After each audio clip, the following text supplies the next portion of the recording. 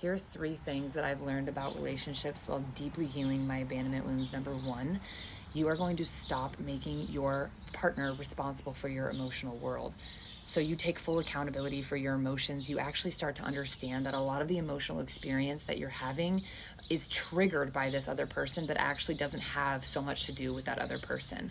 While there might be moments that they do need to shift and their conflict arises in the relationship, that maybe the communication needs to be altered, that is a potential, but you understand that the emotional experience that you're having is oftentimes tied to an earlier imprint that has not been processed or integrated. So when you slow down and you come into you start to actually process those emotional experience. So you're creating that safety within yourself first and foremost, and you don't expect that other person to create it for you.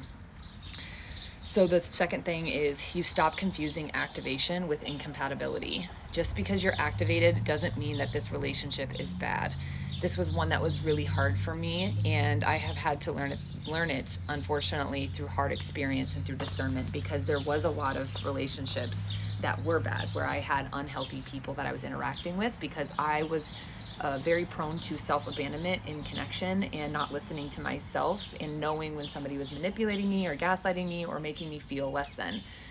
But as I've come to grow and to evolve and to actually get into the root of my abandonment wounds, those types of people have left my life. And so now I only interact with people that are very healthy individuals, because I have done so much of the work. And then I started recognizing that a piece of me was still confusing this activation with this other person being the problem and being unhealthy for me.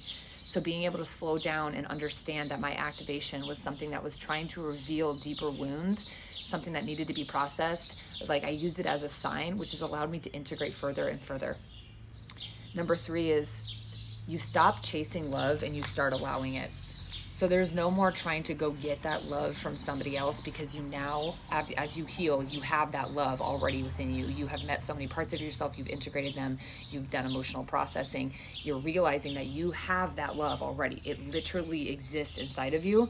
And so now you go into connections knowing that that is already there and you are here to share it. And so you do not need to go find it from this other person.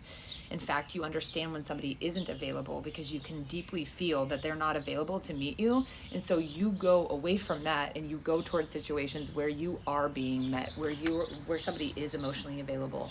And so you're no longer chasing that connection and that chasing that love. You're being the love and then meeting somebody in that. So one of the biggest lessons I did learn is that the relationship that I was always looking for was inside of myself first.